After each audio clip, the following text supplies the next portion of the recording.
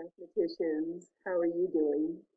Well, here we are Wednesday, and you were supposed to try to solve this great math challenge that I gave you yesterday. So I have a question before we move on. Have you ever thought, oh, this is whatever I'm planning. It's going to be great. I'm so excited. And then it doesn't work out the way you thought it would be. Well, that's kind of what happened to me with this math challenge.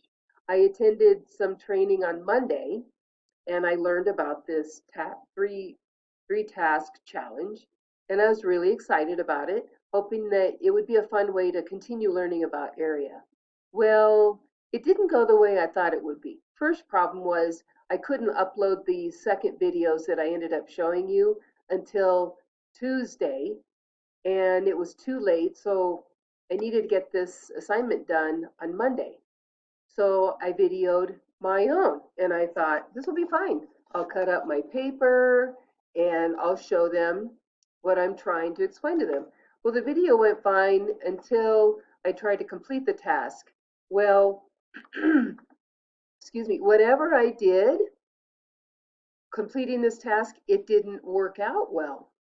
So when you're seeing the second video, I figured out, yay, how to upload videos from Vimeo. These are different videos. I had to go to YouTube, so I learned a lot there, which is great, besides the point.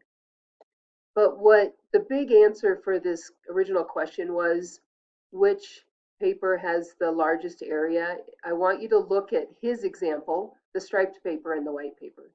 Well, if you looked at the board of the white trim and the striped paper, in in the end they have the same area because you saw him cut up the border and lay the strips on top of his colored paper.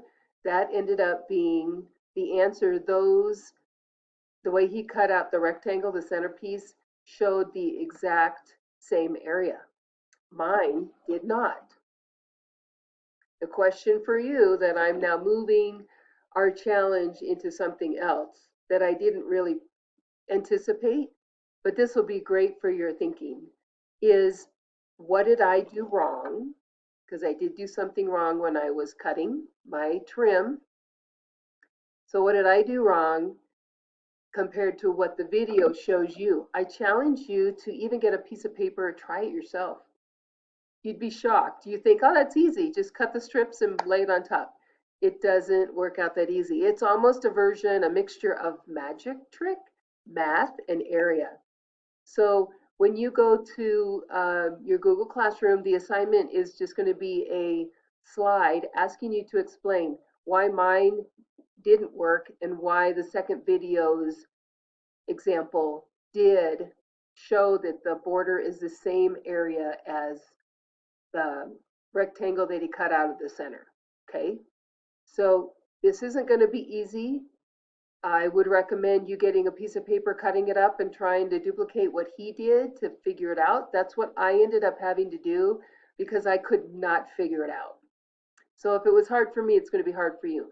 This is just an opportunity for you to really challenge yourself. Don't give up. If you need a hint, email me, chat with me, check in with me, and I'll give you a hint.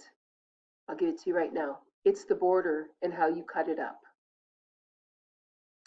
Actually, yeah, originally how you cut the border and then how you cut the border up. It's all about that, proportions. So just think about answering why mine didn't work and why his worked. That's what I want you to try to accomplish today. So thanks for persevering with me and being flexible. That's what life's all about. And I hope you had a little bit of fun. And we're going to move on tomorrow with comparing area and perimeter. It'll be fun. Thanks. Bye.